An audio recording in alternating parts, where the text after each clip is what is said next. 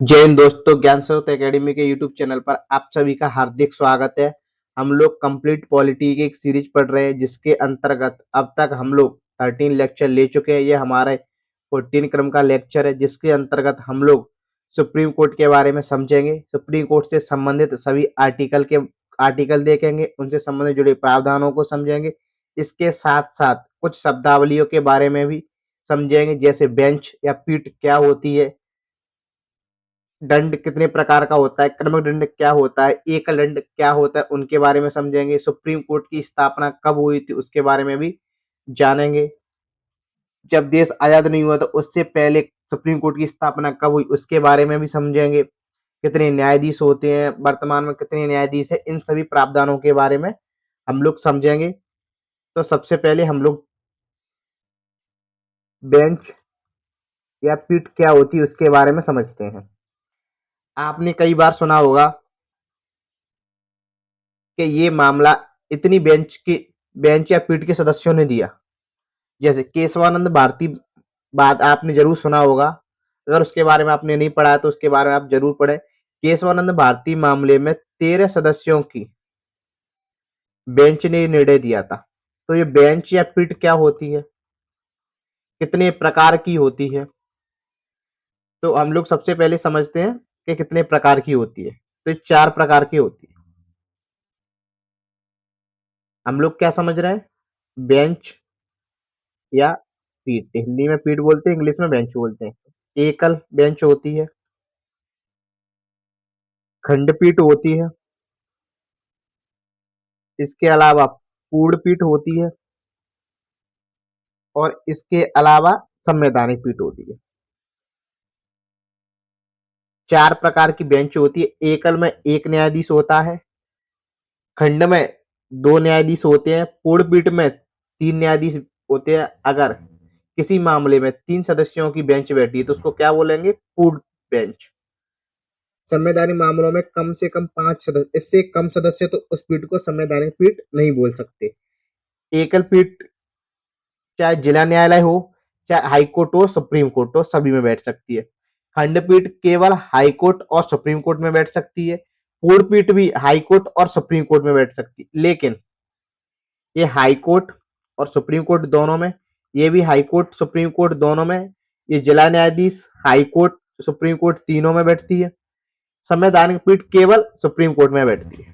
संवैधानिक पीठ कभी भी हाई कोर्ट में नहीं बैठती। और इसमें कितने सदस्य होते हैं, इसमें 5 सदस्य होते हैं। तो हमने समझा कि बेंच या पीठ क्या होती है, न्यायाधीशों की वो संख्या जो किसी बाद में सुनवाई करती है। मतलब न्यायाधीशों की वो संख्या जो किसी मामले में सुनवाई करती है। जैसे केशवानंद भारती मामला हुआ था तो उसमें कितने सदस्यों ने, तो उसमें कितने सदस्य थे, 13 सदस्यों की बेंच ने निर्णय दिया था। तो न्यायाधीशों की वो संख्या जो किसी मामले में बैठती है, उनको क्या बोलते हैं, हम बेंच या पीठ बोलते हैं। कितने प्रकार की होती है, एकल पीठ जिसमें एक न्यायाधीश होता है, सुप्रीम कोर्ट, हाई कोर्ट, इसके अलावा जिला न्यायाधीश में भी एकल पीठ बैठ सकती है। खंडपीठ केवल हाई कोर्ट और सुप्रीम कोर्ट में बैठेगी। पूर्ण पीठ भी हाई कोर्ट और सुप्रीम कोर्ट में बैठेगी। संवैधानिक पीठ केवल सुप्रीम कोर्ट में बैठेगी। तो हमने संवैधानिक पीठ या बेंच के बारे में समझा। अब दंड के बारे में समझते हैं। 2 प्रकार के दंड होते हैं। एक होता है क्रमिक दंड, एक होता है सहवर्ती दंड। क्रमिक दंड क्या होता है, मान लीजिए किसी व्यक्ति को किसी मामले में 10 साल की सजा मिली, किसी मामले में 8 वर्ष की सजा मिली, किसी में 5 वर्ष की मिली और किसी में 7 वर्ष की मिली। और सहवर्ती दंड में किसी व्यक्ति को कुल ही 10 वर्ष की सजा मिली। तो क्या इसमें केवल व्यक्ति 10 साल भुगतेगा, नहीं। पहले 10 साल की सजा, फिर 8 साल की सजा, फिर 5 साल की सजा, फिर 7 साल की सजा। हर सजा को अलग अलग भुगतेगा। तो इनका टोटल कितना होता है, वो व्यक्ति टोटल कितना सजा भुगतेगा, तो कितने साल की सजा भुगतेगा वो व्यक्ति, 32 साल की सजा। तो ये होता है क्रमिक दंड, मतलब एक के बाद एक। और ये होता है सहवर्ती दंड, मतलब कुल 10 वर्ष की सजा है। जब न्यायालय द्वारा बोला जाए कि इनको क्रमिक दंड की सजा, इनको अलग अलग मामलों में अलग अलग सजा दी गई है और इनको अपनी सजा अलग अलग भुगतनी है, मतलब पहले 10 साल, फिर 8 साल, फिर 5 साल, फिर 7 साल। अगर न्यायालय बोल दे कि टोटल इन्हें 10 वर्ष, तो उसको बोलते हैं सहवर्ती क्रमिक, बोलते हैं एक के बाद एक। ये कुछ शब्दावली थी जो आपको सुप्रीम कोर्ट के बारे में पता होना चाहिए, क्योंकि जब हम आगे पढ़ेंगे तो कई मामलों में पढ़ेंगे कि संवैधानिक पीठ ने निर्णय दिया तो क्या होती है, वो आपको समझ में आ गया। दंड भी समझ में आ गया कि क्रमिक दंड क्या होता है, सैवर्ती दंड क्या होता है। अब हम लोग सुप्रीम कोर्ट से संबंधित प्रावधानों के बारे में पढ़ते हैं। सबसे पहले परिचय या स्थापना देखेंगे सुप्रीम कोर्ट की, उसके बाद सुप्रीम कोर्ट के जजों की योग्यता के बारे में समझेंगे, कार्यकाल का, वेतन के बारे में समझेंगे, न्यायाधीशों की नियुक्ति कौन करता है, किस तरीके से होती है, न्यायाधीशों को उनके पद से किस तरीके से हटाया जा सकता है, कौन कौन से महत्वपूर्ण पदाधिकारी होते हैं उनके बारे में समझेंगे, सर्वोच्च न्यायालय का क्षेत्राधिकार क्या है उसके बारे में समझेंगे, सर्वोच्च न्यायालय की विशेष शक्तियां क्या हैं उनके बारे में भी समझेंगे, और आखिरी में क्विक रिवीजन और कुछ पीवाईक्यू के साथ ये टॉपिक कंप्लीट करेंगे। तो इस तरीके से हम आज का टॉपिक पढ़ने वाले हैं। आप इससे संबंधित कुछ फैक्ट लिख लीजिए जो आपके एग्जाम के लिए बहुत इंपॉर्टेंट है। जैसे भारत में सर्वोच्च न्यायालय की स्थापना कब हुई थी, तो 1774 में हुई थी। जब हम लोग भारत का संवैधानिक इतिहास वाला टॉपिक पढ़ रहे थे तो वहां हम लोगों ने रेगुलेटिंग एक्ट के बारे में पढ़ा था जो 1773 में आया था। वहां मैंने आप लोगों को बताया था कि भारत में सुप्रीम कोर्ट की स्थापना रेगुलेटिंग एक्ट 1773 के माध्यम से 1774 में हुई थी। कहां पर हुई थी? कोलकाता में हुई थी। पहले न्यायाधीश कौन थे? पहले न्यायाधीश थे एलिजा एम्पे। टोटल न्यायाधीश कितने थे? 4, 1+3। वर्तमान में सुप्रीम कोर्ट कहां पर है? दिल्ली में। इसके साथ ही सुप्रीम कोर्ट का प्रथम मुख्य न्यायाधीश कौन था? तो आजादी के बाद सुप्रीम कोर्ट के प्रथम मुख्य न्यायाधीश कौन थे? हीरालाल जे कानिया थे। सबसे लंबा कार्यकाल किनका था? वाईवी चंद्रचूड़ का था। सबसे कम कार्यकाल कमल नारायण सिंह का था। प्रथम महिला न्यायाधीश, न कि मुख्य न्यायाधीश, प्रथम महिला न्यायाधीश फातिमा बीबी बनी थी। तथा सबसे पहली महिला वकील को सुप्रीम कोर्ट का न्यायाधीश, तो जो महिला वकील थी वो सुप्रीम कोर्ट की न्यायाधीश बनी थी, वो कौन थी? इंदु मल्होत्रा। तो आपको ये फैक्ट लिख लेनी है, क्योंकि हम लोग इन फैक्टों को इन टॉपिक में ऐड नहीं किया गया है। ये जनरल फैक्ट होते हैं जिसके बारे में सबको नॉलेज होती है। आप कहीं ना कहीं स्टैटिक जीके में भी इनको पढ़ते हैं, फिर भी मैंने आपको एक बार बोल दी है और फिर भी नहीं समझ में आता है तो आप वीडियो को पॉज करके या रिपीट करके भी सुन सकते हैं, लेकिन आप इन फैक्ट को जरूर ध्यान रखें। अब हम लोग समझते हैं सुप्रीम कोर्ट के बारे में। तो सुप्रीम कोर्ट का उल्लेख भारत के संविधान में कहाँ किया गया है? तो सुप्रीम कोर्ट का उल्लेख भारतीय संविधान के भाग 5 के अंतर्गत अध्याय 4 आर्टिकल 124 से लेकर 147 तक सुप्रीम कोर्ट का उल्लेख किया गया है। तो अगर क्वेश्चन आता है कि सुप्रीम कोर्ट का उल्लेख भारतीय संविधान में कहाँ किया गया है, तो कहां पर किया गया है? भाग 5 के अंतर्गत किया गया है। अगर आर्टिकल के बारे में पूछे तो आर्टिकल 124 के अंतर्गत किया गया है।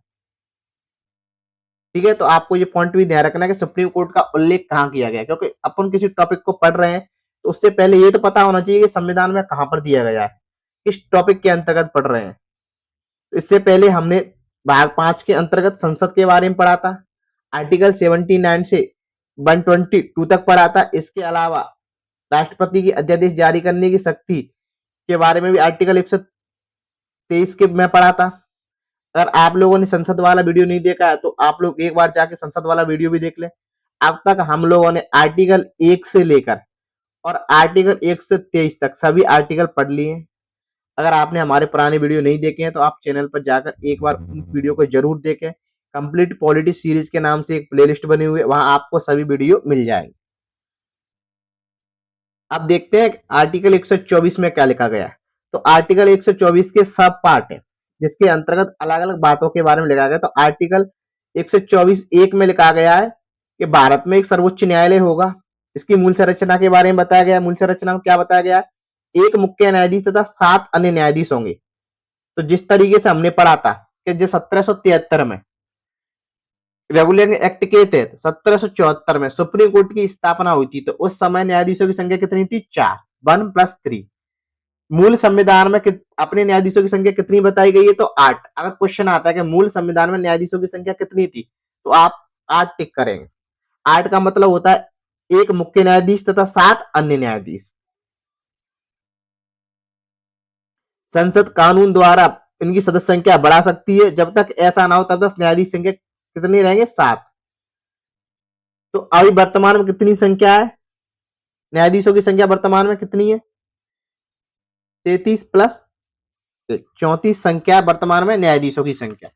मूल संविधान में कितनी थी? मूल संविधान में 8, 1+7। वर्तमान में 34 है, जिसको कैसे बोलते हैं?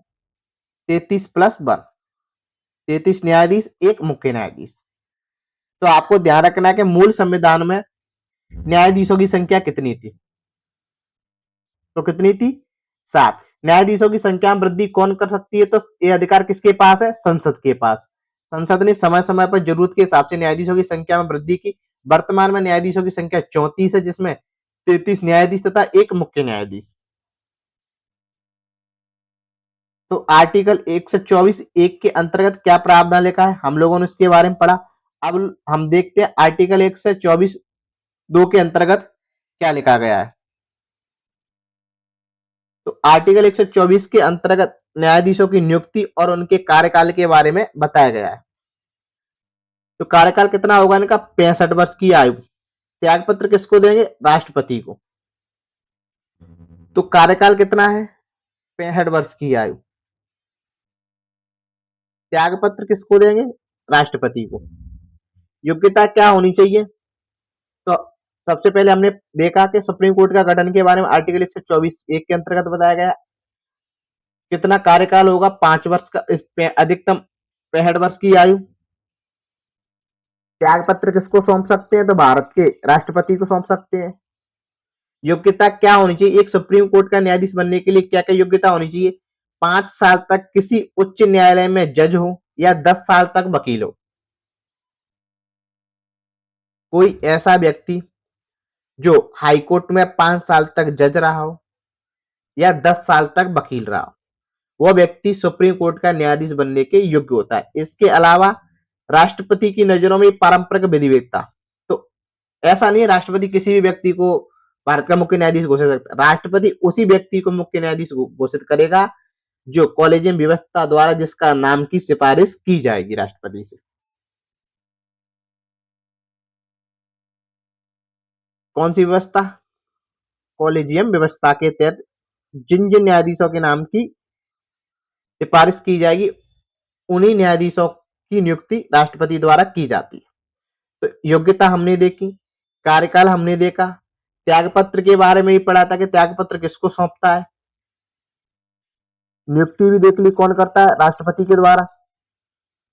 किस तरीके से की जाती है कि कॉलेजियम व्यवस्था के तहत, कॉलेजियम व्यवस्था में हाईकोर्ट और सुप्रीम कोर्ट के न्यायाधीश होते हैं, जिनकी संख्या 5 होती है। वे सदस्य जिस भी सदस्य के नाम की सिफारिश करते हैं, उसको राष्ट्रपति द्वारा नियुक्त कर दिया जाता है। तो हम लोगों ने आर्टिकल 124(1), आर्टिकल 124(2), आर्टिकल 124(3) के बारे में पढ़ लिया। अब आर्टिकल 124(4) में क्या लिखा गया है? आर्टिकल 124(4) में बताया गया है कि किसी भी सुप्रीम कोर्ट के न्यायाधीश को उसके पद से किस तरीके से हटा सकते हैं। तो जब हम राष्ट्रपति वाला टॉपिक पढ़ रहे थे, तो वहां हमने महाभियोग प्रक्रिया के बारे में पढ़ा था कि महाभियोग प्रक्रिया क्या होती है। तो जिस तरीके से भारत के राष्ट्रपति को हटाया जा सकता है, उसी तरीके से भारत के मुख्य न्यायाधीश को हटाया जा सकता है, ऐसा आप लोग मान सकते हैं, क्योंकि ये सेम प्रक्रिया है। हमने पढ़ा था कि राष्ट्रपति को हटाने के लिए बिल किसी भी सदन में पेश किया जा सकता है, चाहे लोकसभा में चाहे राज्यसभा में। लोकसभा में पेश करेंगे तो 14 सदस्यों का होना चाहिए, राज्यसभा में पेश करें तो 50 सदस्यों की अनुमति होनी चाहिए। फिर उस जो इसमें पेश किया गया, वहां का जो अध्यक्ष है उसके द्वारा उस बिल को स्वीकार किया जाना चाहिए। फिर उस पर वोटिंग होती है, फिर जांच समिति बनती है, फिर जांच की जाती है, उसके बाद फिर दूसरे सदन में जाते हैं, वहां पर वोटिंग होती है, 2/3 बहुमत से पास करना होता है, विशेष बहुमत। कल हम लोगों ने संसद वाले टॉपिक के अंतर्गत पढ़ा था कि साधारण बहुमत क्या होता है, पूर्ण बहुमत क्या होता है, प्रभावी बहुमत क्या होता है, विशेष बहुमत क्या होता है। तो आप लोगों ने अगर पुरानी वीडियो नहीं देखी है तो आपको डाउट जरूर आएंगे। अगर एक बार आप पुरानी सभी वीडियो देख लें तो आपका कोई डाउट नहीं बचेगा। हमने समय समय पर जिस भी टॉपिक की जरूरत है उस टॉपिक के हिसाब से, उसके अलावा अदर शब्दावली जो बार बार प्रयोग हो रही थी उनके बारे में भी बता दिया है। तो कल वाले लेक्चर हम लोगों ने बहुमत के बारे में समझा था, उसके साथ ही संसद के बचे हुए आर्टिकल के बारे में भी पढ़ा था। तो ये महाभियोग की प्रक्रिया सेम प्रक्रिया है राष्ट्रपति से संबंधित।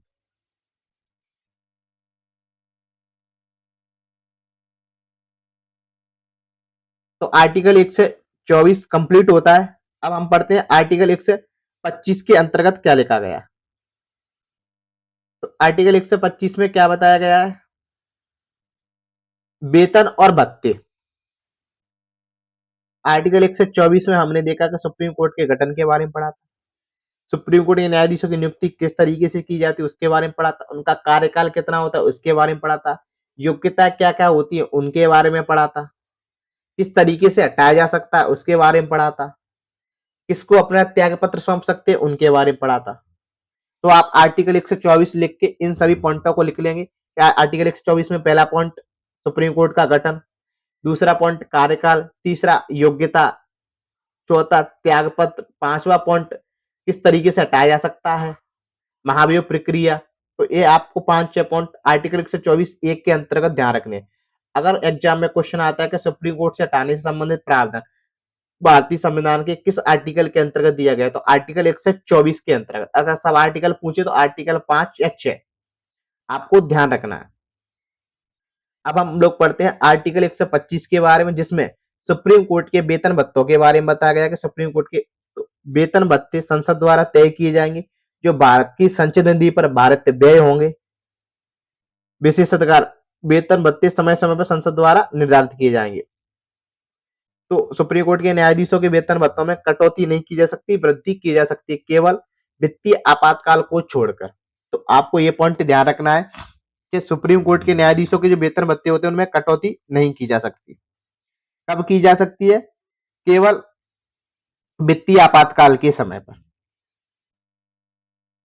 तो वेतन भत्ते क्या होते हैं? संसद द्वारा तय किए जाते हैं, भारत की संचित निधि पर भारत व्यय होते हैं। तो आपको यह भी ध्यान रखना है कि सुप्रीम कोर्ट के वेतन भत्ते भारत की जो संचित निधि है जिसके बारे में कल हमने पढ़ा था उस पर भारत व्यय होते हैं। आप लोग कमेंट बॉक्स में बताएंगे कि भारतीय संविधान की किस अनुसूची के अंतर्गत सुप्रीम कोर्ट के न्यायाधीशों के वेतन भत्ते के बारे में बताया गया, क्योंकि हमने अनुसूची वाले टॉपिक के अंतर्गत ये वाला पॉइंट पढ़ लिया था। अब देखते हैं आर्टिकल 126, 27 और 28। तो हमने आर्टिकल 124 पढ़ लिया, आर्टिकल 125 पढ़ लिया, 24 के सब आर्टिकल भी पढ़ लिए थे।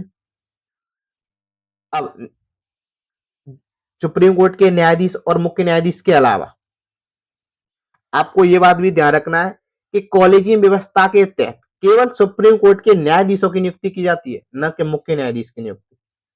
अगर कोई एग्जाम में क्वेश्चन आता है जनरल नॉलेज के हिसाब से आपको ये ध्यान रखना है कि कॉलेजियम व्यवस्था के तहत सुप्रीम कोर्ट के न्यायाधीशों की नियुक्ति की जा सकती है। मुख्य न्यायाधीश के लिए जो वरिष्ठ न्यायाधीश होता है उस प्रक्रिया को अपनाया सकता है। सुप्रीम कोर्ट के जो न्यायाधीशों में जो वरिष्ठ न्यायाधीश है उसको मुख्य न्यायाधीश बना दिया था, लेकिन वर्तमान में उस वरिष्ठ न्यायाधीश के भी जो वरिष्ठ न्यायाधीश की जो वो चली आ रही थी प्रथा उसका भी उल्लंघन किया गया है 1-2 बार। जनरली वरिष्ठ जो सुप्रीम कोर्ट का वरिष्ठ न्यायाधीश होता है उसको ही मुख्य न्यायाधीश बनाया जाता है, लेकिन अन्य न्यायाधीशों की नियुक्ति कॉलेजियम व्यवस्था के तहत होती। कॉलेजियम व्यवस्था में सुप्रीम कोर्ट तथा हाई कोर्ट के जज होते हैं, उनके द्वारा अन्य जजों जिनकी नियुक्ति की जाती है उनके बारे में नाम की सिफारिश की जाती है और राष्ट्रपति द्वारा उनकी फिर नियुक्ति की जाती है। अब इनके अलावा भी राष्ट्र सुप्रीम कोर्ट में अन्य न्यायाधीशों की भी नियुक्ति की जाती है। तो कार्यवाहक मुख्य न्यायाधीश, तदर्थ न्यायाधीश और सेवानिवृत्त न्यायाधीश। आपको ये तीनों आर्टिकल अच्छी तरीके से ध्यान रखना है। इन तीनों आर्टिकल से एग्जाम में कई बार क्वेश्चन आया हुआ है। तो सबसे ज्यादा आर्टिकल 127 पूछा गया है, इससे एमपीएससी में भी क्वेश्चन आया हुआ है। इसके अलावा एसएससी ने भी पूछा है, रेलवे ने भी पूछा है, व्यापम ने भी पूछा है।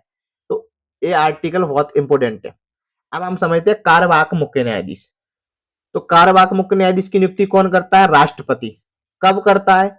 जब भारत के मुख्य न्यायाधीश का कार्यकाल रिक्त हो। मान लो कि वर्तमान में कोई मुख्य न्यायाधीश नहीं है, तो भारत का न्यायाधीश जो सुप्रीम कोर्ट के अन्य न्यायाधीश है उनमें से किसी एक व्यक्ति को जब तक मुख्य न्यायाधीश की नियुक्ति नहीं हो जाती तब तक के लिए किसी व्यक्ति को मुख्य न्यायाधीश बनाया जा सकता है। तो कार्यवाहक मुख्य न्यायाधीश की नियुक्ति के बारे में कौन से आर्टिकल में बताया गया? तो आर्टिकल 126 में बताया गया। कौन करता है इसकी नियुक्ति? राष्ट्रपति द्वारा। कब की जाती है? जब मुख्य न्यायाधीश का पद खाली होता है तब। तदर्थ न्यायाधीश क्या होता है?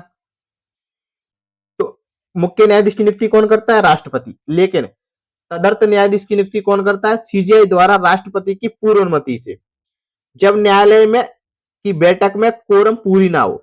जब कल हम लोग संसद वाला टॉपिक पढ़ रहे थे तो वहां गणपूर्ति या कोरम एक शब्द आया था कि टोटल सदस्य संख्या का 1/10 अगर गणपूर्ति नहीं है तो अध्यक्ष के पास से अधिकार होता है कि वो सदन को स्थगित कर दे। उसी तरीके से जब कई बार सुप्रीम कोर्ट के न्यायाधीशों की जो बेंच बैठती है उसमें या उनकी गणपूर्ति की संख्या उसमें कम पड़ जाए तो किसी अन्य व्यक्ति को जो सुप्रीम कोर्ट या हाई कोर्ट जो सुप्रीम कोर्ट के न्यायाधीश बनने की योग्यता रखता है उस व्यक्ति को, योग्यता के बारे में हम पढ़ चुके हैं कौन कौन सी योग्यता है, उस व्यक्ति को शामिल किया जा सकता है। तो तदर्थ न्यायाधीश की नियुक्ति कब की जा सकती है? जब गणपूर्ति ना हो तब। सेवानिवृत्त न्यायाधीश सीजीआई द्वारा उपस्थित राष्ट्रपति की अनुमति से किसी ऐसे न्यायाधीश को जो पहले सुप्रीम कोर्ट के न्यायाधीश रह चुके हैं। तो सेवानिवृत्त न्यायाधीश में किन न्यायाधीशों की नियुक्ति की जाती है? जो सुप्रीम कोर्ट के न्यायाधीश रह चुके हैं। जैसे आपने सुना होगा कई बार किसी मामले में 2 या 3 जजों की एक समिति बनाई जाती है, तो उसमें कौन से जज शामिल होते हैं? जो सुप्रीम कोर्ट के न्यायाधीश रह चुके होते हैं, वो जज उसमें शामिल होते हैं। तो उनको क्या बोलते हैं? सेवानिवृत्त न्यायाधीशों की नियुक्ति कौन करता है? सीजीआई। किसकी अनुमति पर करता है? राष्ट्रपति की पूर्व अनुमति के बाद। तो आपको ध्यान रखना कार्यवाहक मुख्य न्यायाधीश की नियुक्ति कब की जाती है, तदर्थ न्यायाधीश की नियुक्ति कब की जाती है और सेवानिवृत्त न्यायाधीश की नियुक्ति कब की जाती है। साथ ही साथ आपको आर्टिकल 126, 27, 28 तीनों आर्टिकल अच्छी तरीके से ध्यान रखने। आर्टिकल 124 6 के बारे हम लोग पढ़ चुके हैं पहले ही। अब इनसे संबंधित एक दो क्वेश्चन के एग्जाम में किस तरीके से क्वेश्चन पूछा जाएगा। तो 99वां संविधान संशोधन 2014 मुख्य रूप से किससे संबंधित था? तो किससे संबंधित था? राष्ट्रीय न्यायिक नियुक्ति आयोग से संबंधित। ये वाला पॉइंट अभी हम लोगों ने पढ़ा नहीं है, अगर आगे आएगा तो आपको समझा देंगे, नहीं तो आप यही एक पॉइंट समझ लीजिए कि 2014 में एक मामला आया था, संसद द्वारा ऐसा संशोधन किया गया था कि जो सुप्रीम कोर्ट के न्यायाधीशों की नियुक्ति की जाती है उसमें न्यायाधीशों के अलावा भी एक दो व्यक्ति को और शामिल किया जाएगा।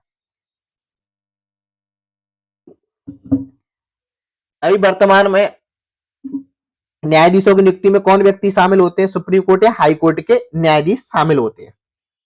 लेकिन राष्ट्रीय न्यायिक नियुक्ति आयोग में यह बात कही गई कि हाई कोर्ट सुप्रीम कोर्ट के न्यायाधीश के अलावा एक या दो व्यक्ति जिनको सरकार चाहे उस कॉलेजियम व्यवस्था में नियुक्त कर सकती है। जैसे 5 सदस्य होते हैं, मान लीजिए एक मुख्य न्यायाधीश हो गया, 2 अन्य न्यायाधीश हो गए, 2 व्यक्ति सरकार द्वारा चुन लिए गए। तो मामला फैसला किससे होता है? बहुमत से। तो बहुमत कितने का? 5 का। तो अगर सरकार चाहेगी जिसी व्यक्ति को न्यायाधीश नियुक्त कर सकती है, फिर सरकार का सीधा सीधा हस्तक्षेप हो जाएगा न्यायालय में। तो न्यायालय द्वारा इसको असंवैधानिक घोषित कर दिया गया 99 संविधान संशोधन अधिनियम को। तो आपको ये बात ध्यान रखना है कि न्याय नियुक्ति आयोग सुप्रीम कोर्ट के न्यायाधीशों की नियुक्ति से संबंधित था। सर्वोच्च न्यायालय के न्यायाधीश अपना त्यागपत्र किसे सौंपते हैं? तो हम लोगों ने पढ़ा था राष्ट्रपति को सौंपते हैं।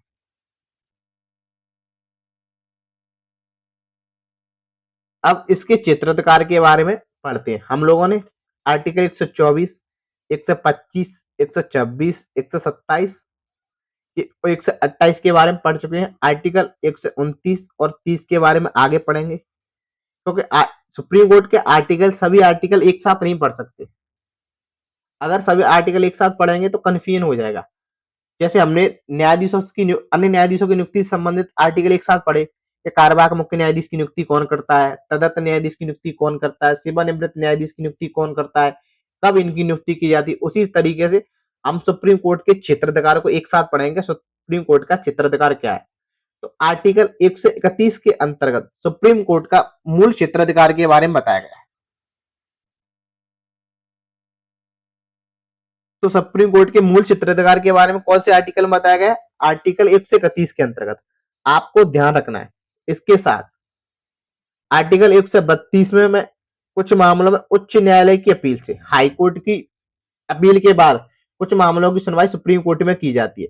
तो 132 में बताया कुछ मामलों में उच्च न्यायालय हाई कोर्ट से अपील के बाद, 133 में सिविल मामले, 134 में आपराधिक मामले और 135 में संघीय न्यायालय और 136 में विशेष अनुमति से अपील। तो मूल क्षेत्राधिकार से संबंधित कौन कौन से मामले हैं? आर्टिकल 131, 132, 133, 134 और आर्टिकल 136। ये आर्टिकल अभी हम यहाँ नहीं पढ़ेंगे, इन आर्टिकलों को पढ़ने के बाद समझेंगे संघीय न्यायालय क्या होता है। अभी इसके साथ हम आर्टिकल 136 के बारे में पढ़ेंगे। तो आर्टिकल 131 में मूल क्षेत्राधिकार बताया गया है। सुप्रीम कोर्ट का मूल क्षेत्राधिकार क्या होगा, जिसके लिए सुप्रीम कोर्ट की स्थापना की गई थी। तो भारत सरकार या एक से अधिक राज्य सरकार, भारत सरकार, राज्य सरकार, बीएस राज्य सरकार, दो या दो से अधिक राज्यों के बीच मामला, इन तीन मामलों को सुप्रीम कोर्ट का मूल क्षेत्राधिकार के अंतर्गत शामिल किया जा सकता है। केंद्र राज्य से संबंधित मामले, राज्य प्लस राज्य वर्सेस केंद्र से संबंधित मामले, दो राज्य या दो से अधिक राज्यों से संबंधित मामले, इन तीन मामलों को सुप्रीम कोर्ट के मूल क्षेत्राधिकार में शामिल किया गया है। अब आर्टिकल 132 में बताया गया है कि कुछ मामलों में उच्च न्यायालय से अपील के बाद ही सुनवाई की जा सकती है। जैसे जब विधि के सारवान का प्रश्न नहीं है तो कैसे, जैसे यदि किसी एक कोई ऐसा टॉपिक या कोई मामला है जिस पर अलग अलग हाईकोर्ट ने अपना अलग अलग निर्णय दे दिया, सुप्रीम कोर्ट ने कोई निर्णय नहीं दिया है, तो ऐसा तो हो नहीं सकता कि किसी एक ही मामले के लिए किसी व्यक्ति को अलग अलग सजा सुना दी जाए। तो फिर सुप्रीम कोर्ट द्वारा एक ऐसा निर्णय दिया जाता है जो उन सभी निर्णय को खारिज कर देता है।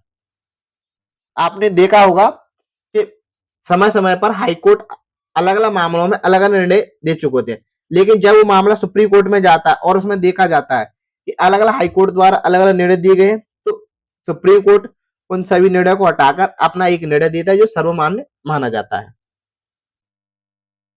यह सुप्रीम कोर्ट ने हाईकोर्ट के निर्णय के विपरीत निर्णय दे दिया है परंतु उसने खारिज नहीं किया है, तो उस मामले की अपील भी कहां की जाएगी? सुप्रीम कोर्ट में की जाएगी। यदि किसी संविधान उपवंश से संबंधित मामला है, मान ली कोई ऐसा विषय है जिस पर अपना जो संविधान है उसमें स्पष्ट उल्लेख भी नहीं है, तो हम लोगों ने देखा कि किस तरीके से हाईकोर्ट की अपील के बाद उनकी सुनवाई सुप्रीम कोर्ट में की जाती है। तो सबसे पहले हमने विधि के सारवान प्रश्न के बारे में समझा था। विधि का सारवान प्रश्न क्या होता है? जैसे किसी मामले पर अलग अलग हाईकोर्ट ने अपने निर्णय दे दिए लेकिन उस मामले पर सुप्रीम कोर्ट ने कोई निर्णय दिया, तो उस मामले को सुप्रीम कोर्ट में लिया जा सकता है। कोई ऐसा मामला है जब सुप्रीम कोर्ट ने हाई कोर्ट के निर्णय के विपरीत निर्णय दे दिया है, तो उसकी सुनवाई की जा सकती है। यदि किसी संवैधानिक उपबंध से संबंधित मामला है, जैसे कोई ऐसा विषय है जिसका संविधान में स्पष्ट उल्लेख नहीं है, तो उस मामले की सुनवाई भी सुप्रीम कोर्ट में हाई कोर्ट की अपील के बाद की जा सकती है। तो हम लोगों ने देखा कि मूल क्षेत्राधिकार के अंतर्गत क्या क्या शामिल है। उसके बाद आर्टिकल 132 में कुछ मामलों में उच्च न्यायालय हाईकोर्ट की अपील के बाद ले जा सकते हैं। फिर हमने देखा आर्टिकल 133 में सिविल मामले जैसे शादी, तलाक, संपत्ति संबंधित मामले। आर्टिकल 134 में आपराधिक मामले, मृत्युदंड, हत्या से संबंधित मामले। और आर्टिकल 136 के अंतर्गत विशेष अपील के बारे में बताया गया था। विशेष अपील, विशेष अनुमति। तो विशेष अनुमति की अपील के बारे में कौन से आर्टिकल में बताया गया? आर्टिकल 136 के अंतर्गत। इसमें न्यायालय किसी भी प्रकार की अपील स्वीकार कर सकता है। मतलब कोई भी अपील, चाहे वो हाईकोर्ट से अपील के बाद हो या डायरेक्ट हो, कोई ऐसा मामला जो हाईकोर्ट में नहीं गया हो, सीधा सुप्रीम कोर्ट में भी जा सकता है। तो अनुमति की विशेष अनुमति की अपील है, उनके बारे में कौन सी आर्टिकल में बताया गया है? आर्टिकल 136 के अंतर्गत बताया गया है। लेकिन इसमें एक अपवाद है। क्या अपवाद है? इसमें बताया गया था कि सुप्रीम कोर्ट में किसी भी मामले की अपील स्वीकार कर सकता है डायरेक्ट, लेकिन ऐसे मामले जो सेना न्यायालय द्वारा दिए गए हैं, कौन से मामले? जो सेना के न्यायालय होते हैं ना, उनके द्वारा कोई मामले में, किसी मामले में कोई निर्णय दिया गया है, तो इस अधिकार के तहत सुप्रीम कोर्ट उस मामले की सुनवाई नहीं कर सकता। सेना अदालत द्वारा दिए गए निर्णयों की अपील विशेष अनुमति की अपील के अंतर्गत ग्रहण नहीं कर सकता। मतलब किसी सेना न्यायालय द्वारा कोई निर्णय दे दिया है तो उसके खिलाफ आप सुप्रीम कोर्ट में जा सकते हैं, लेकिन आर्टिकल 136 के तहत उसकी सुनवाई नहीं की जाएगी, क्योंकि आर्टिकल 136 में बताया कि सुप्रीम कोर्ट किसी प्रकार की अपीलें स्वीकार कर सकता है। तो विशेष अपील के बारे में कौन से आर्टिकल में बताया गया? आर्टिकल 136 के अंतर्गत। तो हम लोगों ने सुप्रीम कोर्ट के क्षेत्राधिकार के बारे में देखा था कि सुप्रीम कोर्ट का क्षेत्राधिकार क्या क्या होता है। तो मूल क्षेत्राधिकार समझा। 132 में हाईकोर्ट की अपील के बाद सुप्रीम कोर्ट अपील की जाती है, उसके बारे में देखा। सिविल मामलों के बारे में देखा, आपराधिक मामलों के बारे में देखा और विशेष मामलों के बारे में देखा। अब देखते हैं आर्टिकल 135।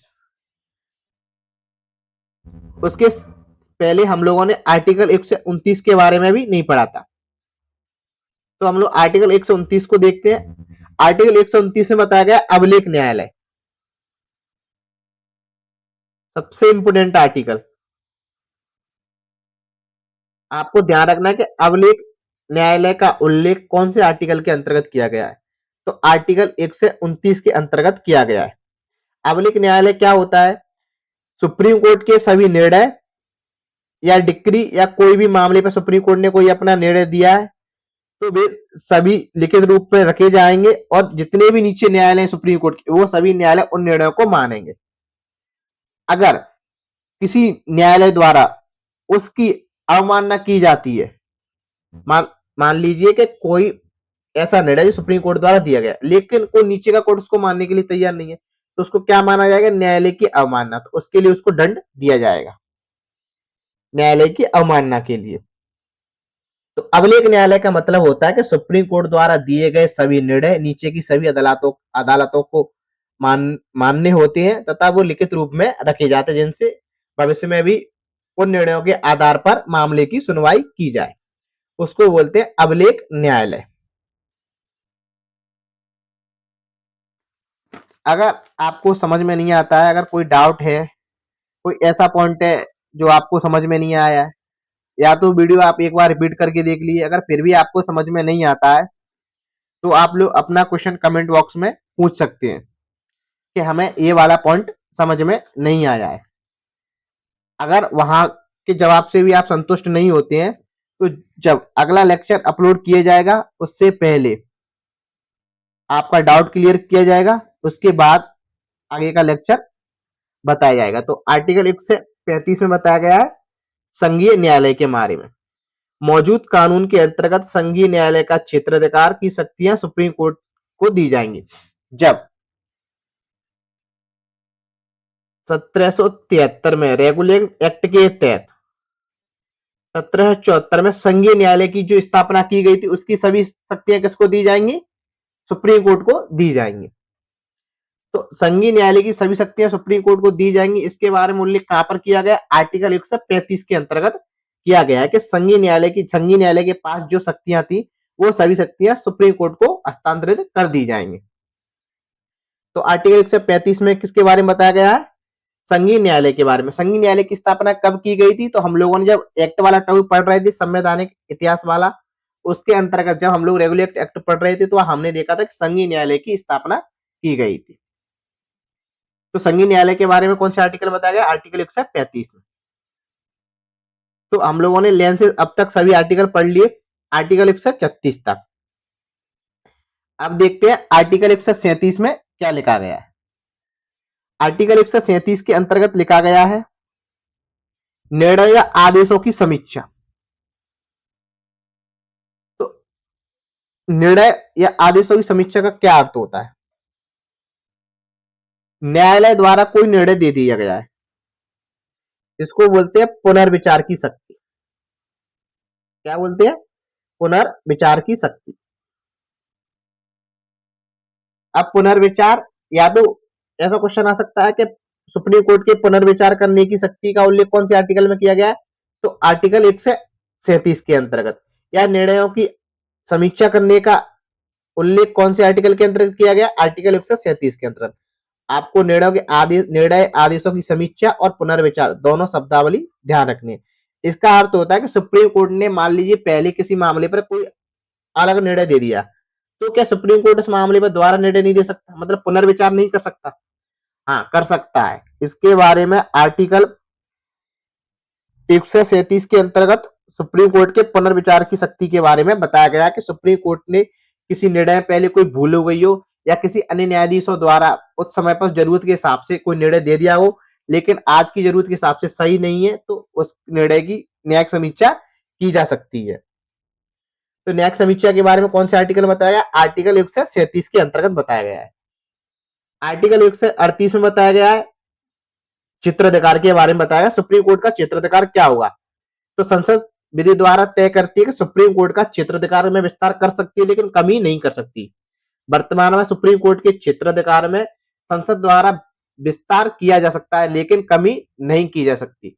तो सुप्रीम कोर्ट के अधिकार क्षेत्र में विस्तार करने का अधिकार किसके पास होता है? संसद के पास। इसका उल्लेख कौन से आर्टिकल में किया गया? आर्टिकल 138 के अंतर्गत। आर्टिकल 139 में बताया गया है कि रिट जारी करने की शक्ति के बारे में। तो हम लोग सुप्रीम कोर्ट की रिट के बारे में कौन से पढ़ा था? जब हम लोग मूल अधिकार वाले टर्म पढ़ रहे थे, तो वहां पर आर्टिकल 32 के अंतर्गत हमने 5 प्रकार की रिट के बारे में पढ़ा था कि 5 प्रकार की रिट कौन कौन सी रिट होते। इसके अलावा अगर संसद चाहे, क्या इस आर्टिकल में क्या लिखा गया है कि जो आर्टिकल 32 में 5 रिट है वो तो सुप्रीम कोर्ट के न्यायाधिकार क्षेत्र के अंतर्गत आती है। इसके अलावा जैसे जो हाईकोर्ट है वो मूल अधिकार के अलावा अन्य मामलों पर रिट जारी कर सकते हैं, तो उसी तरीके से संसद सुप्रीम कोर्ट के न्याय क्षेत्राधिकार में भी वृद्धि कर सकती है अन्य मामलों पर रिट जारी करने की। तो रिट संसद उसके क्षेत्राधिकार में वृद्धि कर सकती है, उसकी रिट जारी करने की शक्ति उसके में भी वृद्धि कर सकती है। तो आर्टिकल 139 में क्या बताया गया? रिट जारी करने की शक्ति में वृद्धि के बारे में बताया गया है। आर्टिकल 140 में क्या बताया गया है? यहां पर ये मिस हो गया, आपको इस वाले आर्टिकल को लिख लेना है अपने नोट्स में कि आर्टिकल 140 में क्या बताया गया कि संसद सुप्रीम कोर्ट को ऐसी शक्तियां प्रदान करेगी जो आवश्यक समझे। जो वर्तमान में सुप्रीम कोर्ट की शक्तियां हैं, उसके अलावा अगर संसद को ऐसा लगता है कि और शक्तियां भी सुप्रीम कोर्ट के पास होना चाहिए, तो संसद वो शक्तियां भी सुप्रीम कोर्ट को दे सकती है, लेकिन किसी भी कंडीशन में उसकी शक्तियों में कटौती नहीं की जा सकती। तो हमने देखा कि 138 के अंतर्गत उसके क्षेत्राधिकार में वृद्धि कर सकती है, 139 में रिट जारी करने की शक्तियों में वृद्धि कर सकती है, 140 में उसको अन्य शक्तियां भी प्रदान कर सकती है। तो हम लोगों ने आर्टिकल 140 तक पढ़ लिया है। अब हम समझते हैं आर्टिकल 141। आर्टिकल 141 में क्या लिखा गया है? आर्टिकल 141 कहता है कि सुप्रीम कोर्ट द्वारा घोषित कानून भारत के क्षेत्र के भीतर सभी अदालतों द्वारा बाध्यकारी रूप से माने जाएंगे। इसका क्या अर्थ है कि सर्वोच्च न्यायालय द्वारा जितने भी निर्णय दिए जाते हैं वो भारत के राज्य क्षेत्र में सभी न्यायालय द्वारा बाध्यकारी होगा एवं सभी न्यायालय उन निर्णयों का अनुसरण करते हुए निर्णय देंगे। जैसे किसी मामले पर सुप्रीम कोर्ट ने बोल दिया कि इस मामले की सजा इतनी है, जैसे एक उदाहरण के लिए मान लीजिए कि चोरी की सजा 10 साल बोल दी है, तो सभी न्यायालय इसी का अनुसरण करेंगे। ऐसा नहीं कि नीचे के न्यायालय उसी मामले के लिए किसी व्यक्ति को 12 साल की सजा सुना सकते हैं, नहीं। सुप्रीम कोर्ट द्वारा जो निर्णय दिए गए हैं, उन्हीं निर्णयों के अनुसार जो नीचे के न्यायालय वो अपना निर्णय देंगे। ऐसा कोई भी निर्णय नहीं देंगे जो सुप्रीम कोर्ट द्वारा नहीं दिया गया हो, या ऐसा भी हो सकता है कि सुप्रीम कोर्ट द्वारा किसी मामले पर अभी तक कोई निर्णय नहीं दिया गया, तो वो अपना निर्णय दे सकते हैं। तो आप उस मामले के लेकर सुप्रीम कोर्ट में जा सकते हैं, तो सुप्रीम कोर्ट इस पर अपना अपना निर्णय दे सकता है। तो इसमें बताया गया है कि सुप्रीम कोर्ट द्वारा जितने भी निर्णय दिए जाते हैं वो भारत के सभी न्यायालय द्वारा मान्य होंगे। बस सीधी सीधी एक लाइन आपको ध्यान रखना है कि सुप्रीम कोर्ट द्वारा जितने भी निर्णय दिए जाते हैं भारत की सभी निचली अदालत, हाई कोर्ट, जिला न्यायाधीश सभी के लिए मानना बाध्यकारी है। इसके बारे में कौन से आर्टिकल में बताया गया है? इसमें बताया गया आर्टिकल 141 में। इसके अलावा आपको आर्टिकल 142 ध्यान रखना है। आर्टिकल 142 में क्या बताया गया है? पूर्ण न्याय करने की शक्ति। उच्च न्यायालय को डिक्री आदेशों के प्रवर्तन से संबंधित असाधारण शक्ति प्राप्त है। सुप्रीम कोर्ट अपने अधिकार क्षेत्र का प्रयोग करते हुए ऐसे आदेश पारित कर सकता है जो पूर्ण न्याय के लिए आवश्यक हो। आप एक सीधी सी सिंपल लैंग्वेज में समझिए कि पूर्ण न्याय करने का क्या मतलब होता है। मान लीजिए कोई ऐसा मामला है जिस पर 10 अलग अलग लोगों ने एक ही अपील की है। 10 व्यक्ति हैं, 10 व्यक्तियों ने अपनी याचिका सुप्रीम कोर्ट में दायर की, लेकिन वो याचिका एक ही मामले से संबंधित है। जैसे जब भोपाल गैस त्रासदी हुई थी, तो उस समय पर अलग अलग लोगों ने सुप्रीम कोर्ट में अलग अलग याचिकाएं दायर की थी। तो क्या सुप्रीम कोर्ट एक एक याचिका पर अलग अलग समय पर अपना निर्णय देगा या अलग अलग समय पर उनकी सुनवाई करेगा? उसमें सुप्रीम कोर्ट के जो समय उसकी बर्बादी होगी। तो सुप्रीम कोर्ट सभी याचिकाओं को एक साथ लेकर उन पर एक बार में निर्णय सुना देगा। इसको बोलते हैं पूर्ण न्याय करने की शक्ति। कैसा कि मान लीजिए 10 व्यक्तियों को सेम परेशानी है, वो सभी पहुंच के न्यायालय में, तो न्यायालय उन 10 व्यक्तियों को एक साथ बुलाकर उनके दसों की जो अलग अलग याचिकाएं उनको रखकर एक साथ उन मामलों पर सुनवाई कर ले। उसको बोलते हैं पूर्ण न्याय करने की शक्ति। तो आप समझ में पूर्ण न्याय करने की शक्ति क्या होती है। इसके अलावा आर्टिकल 143, आर्टिकल 143 में क्या बताया गया है? आर्टिकल 143 में बताया गया है कि राष्ट्रपति सुप्रीम कोर्ट के न्यायाधीशों से परामर्श ले सकता है। आर्टिकल 143 में क्या बताया गया है? परामर्श शक्ति बताई गई है किसकी? राष्ट्रपति की। कि राष्ट्रपति किसी मामले पर सुप्रीम कोर्ट के न्यायाधीश से परामर्श ले सकता है। ये वाला ये लिखा है, मैं सोच रहा मिस हो गया कहीं। राष्ट्रपति सुप्रीम कोर्ट से परामर्श करने की शक्ति। मान लीजिए कोई ऐसा मामला है जिस पर राष्ट्रपति को समझ में नहीं आ रहा कि इस पर क्या बोलना है, या कोई संविधान से संबंधित कोई मामला है जिसमें संविधान में उसके बारे में स्पष्ट उल्लेख नहीं है, तो राष्ट्रपति जो भारत का मुख्य न्यायाधीश है उनसे सलाह ले सकता है, और जो सुप्रीम कोर्ट के न्यायाधीश है वो सलाह देने के लिए बाध्यकारी है। मान लीजिए कि कोई ऐसा मामला है जिस पर राष्ट्रपति या सरकार को कुछ समझ में नहीं आ रहा है कि इस पर क्या निर्णय देना या किस टॉपिक से संबंधित है, इसका क्या अर्थ है, तो राष्ट्रपति सुप्रीम कोर्ट के न्यायाधीश से परामर्श ले सकता है। तो राष्ट्रपति की सुप्रीम कोर्ट से परामर्श लेने की शक्ति के बारे में कौन से आर्टिकल में बताया गया है? आर्टिकल 143। राष्ट्रपति सुप्रीम कोर्ट के न्यायाधीश से परामर्श लेने की शक्ति। ये आर्टिकल सबसे ज्यादा इंपोर्टेंट है। एग्जाम में क्वेश्चन आता है कि राष्ट्रपति कौन से आर्टिकल के तहत सुप्रीम कोर्ट के न्यायाधीश से परामर्श मांग सकता है, तो आर्टिकल 143 के तहत। आर्टिकल 144 में क्या बताया गया है? आर्टिकल 144 में क्या बताया गया है? आर्टिकल 144 में बताया गया है कि भारत के सभी प्रशासनिक या न्याय जैसे जितने भी न्यायालय हैं उनके अलावा भी, जैसे 2010 में अन्य आयोग भी बनते हैं ना, जैसे एनजीटी 2010 में बना था। तो न्यायालयों के अलावा भी ऐसे अन्य न्यायाधिकरण जो भारत में है वो सभी सुप्रीम कोर्ट का सुप्रीम कोर्ट के निर्णयों की सहायता लेंगे। मान लीजिए कि सुप्रीम कोर्ट को लगता है कि उसके कार्यभार में वर्तमान में सुप्रीम कोर्ट में बहुत सारे केस पेंडिंग है, तो सुप्रीम कोर्ट ऐसे न्यायाधिकरण या किसी न्यायालय को वो केस सौंप सकता है कि आप इन केस पर सुनवाई कीजिए। तो वो न्यायाधीश या न्यायालय या न्यायाधिकरण सुप्रीम कोर्ट से मना नहीं कर सकते। क्योंकि आर्टिकल 144 में लिखा गया है कि भारत के सभी प्रशासनिक या न्यायिक अधिकार सुप्रीम कोर्ट की सहायता करेंगे। अगर सुप्रीम कोर्ट को सहायता चाहिए तो सुप्रीम कोर्ट की सहायता करने के लिए बाध्यकारी है। ऐसा कौन से आर्टिकल में बताया गया? आर्टिकल 144 के अंतर्गत बताया गया है। अब दो आर्टिकल और बचते हैं जो ज्यादा इतना इंपोर्टेंट नहीं है। Article 145, article 140। आर्टिकल 147 में कुछ लिखा नहीं गया है, निर्वाचन के बारे में बताया गया है। आर्टिकल 145 और आर्टिकल 140 में क्या लिखा गया है? तो आर्टिकल 145 में सुप्रीम कोर्ट की नियम बनाने की शक्ति के बारे में बताया गया है कि सुप्रीम कोर्ट नियम बनाएगा तो उसकी प्रक्रिया किस तरीके से चलेगी। और आर्टिकल 140 में बताया गया है कि सुप्रीम कोर्ट अपने अधिकारी या कर्मचारियों की नियुक्ति कर सकता है। तो आर्टिकल 145 में नियम बनाने की शक्ति है और आर्टिकल 140 के अंतर्गत कर्मचारी या अधिकारी नियुक्त करने की शक्ति है। तो हम लोगों ने आर्टिकल 124 से लेकर आर्टिकल 147 तक सभी आर्टिकल पढ़ लिए।